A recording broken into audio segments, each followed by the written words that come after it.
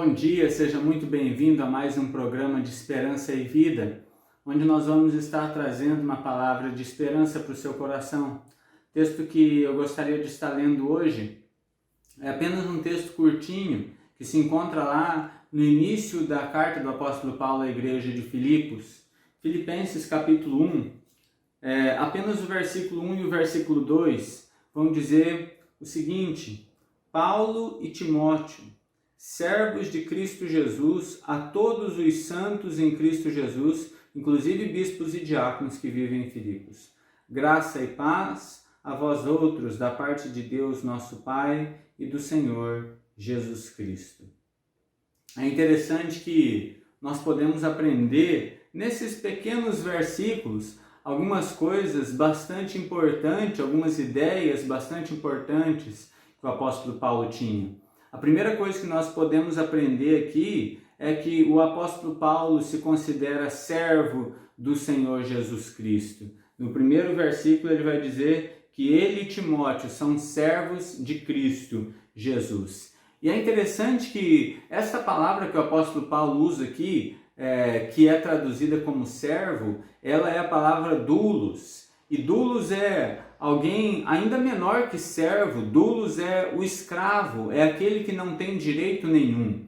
Então, Paulo se considera um escravo do Senhor Jesus. E daí talvez você possa olhar e falar assim: nossa, mas é um grande exagero considerar que nós somos escravos de Deus ou escravos do Senhor Jesus. Mas Martim Lutero, ele vai escrever um livro chamado Nascidos Escravos.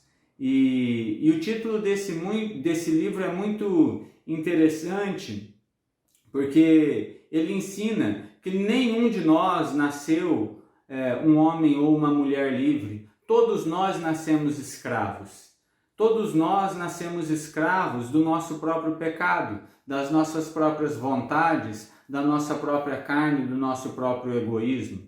Então, o que o apóstolo Paulo está dizendo aqui é que agora ele já não é mais escravo da sua própria vontade, ele já não é mais escravo do pecado, ele já não é mais escravo das trevas, mas agora o seu Senhor mudou, porque agora ele é escravo do Senhor Jesus. Então, a primeira coisa que nós aprendemos é que todos nós nascemos escravos. Nós só precisamos então entender e decidir, enquanto nós vivemos, de quem nós seremos escravos. Ou nós seremos escravos de nós mesmos, das nossas próprias vontades, dos nossos próprios interesses, ou nós seremos escravos, ou nós seremos servos do Senhor Jesus. Ou nós serviremos a nossa carne, ou nós serviremos ao Senhor Jesus. E com certeza absoluta, o melhor de todos os senhores não é a nossa própria carne, mas é o Senhor Jesus. Então o apóstolo Paulo, ele entende o grande privilégio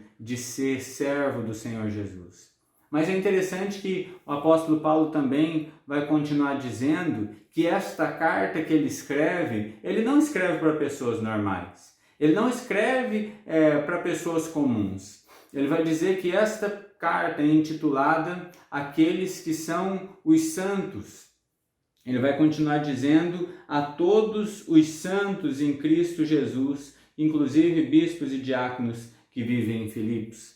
É interessante que o apóstolo Paulo vai chamar toda a igreja de santos. E é lógico que quando ele chama toda a igreja de santos, ele não está querendo dizer com isso que são homens que não pecavam, que são homens irrepreensíveis, que são homens que não falhavam. Muito pelo contrário. O apóstolo Paulo, ao longo da sua carta, vai trazer algumas repreensões para esta igreja. Mas o que o apóstolo Paulo está querendo dizer aqui é que em Cristo Jesus, na pessoa de Cristo Jesus, esta igreja, estes homens, são considerados santos diante de Deus. Então, santo não é aquele que não peca, santo não é aquele que não falha, não é aquele que não erra, mas aquele que está em Cristo Jesus. A ideia de santificação do Antigo Testamento era a ideia de algo que foi separado para o serviço de Deus.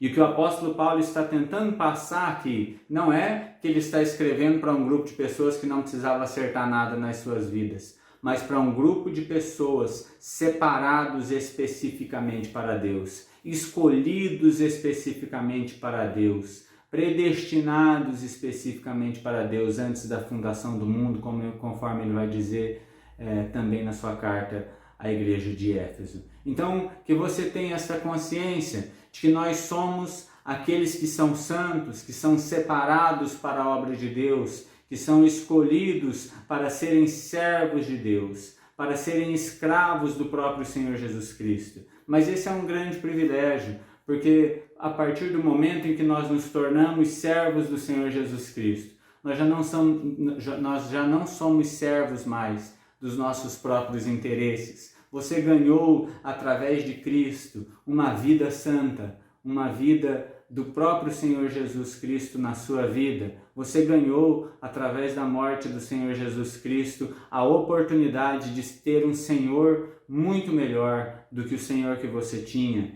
de ter um líder, um guia para a sua vida muito melhor do que o guia que antes você tinha. O nome dele é Senhor Jesus Cristo. Então que você siga os seus passos, que você seja cada vez mais santo, separado para a obra de Deus, separado para as coisas de Deus, para a vontade de Deus, e cada vez mais servo do Senhor Jesus, servindo a Ele, porque, como Ele mesmo vai dizer, aquele que vem a Ele de maneira nenhuma lançará fora, e o seu fardo é leve. E ele vai dizer, olha, vinde a mim todos os que estáis cansados e sobrecarregados, que eu vos aliviarei. Meu fardo é leve, aprendei de mim que sou manso e humilde de coração. Quando nós tivermos este servo, então nós encontraremos o tão procurado descanso para as nossas almas. Que Deus abençoe demais o seu dia, um grande abraço para você e até a próxima.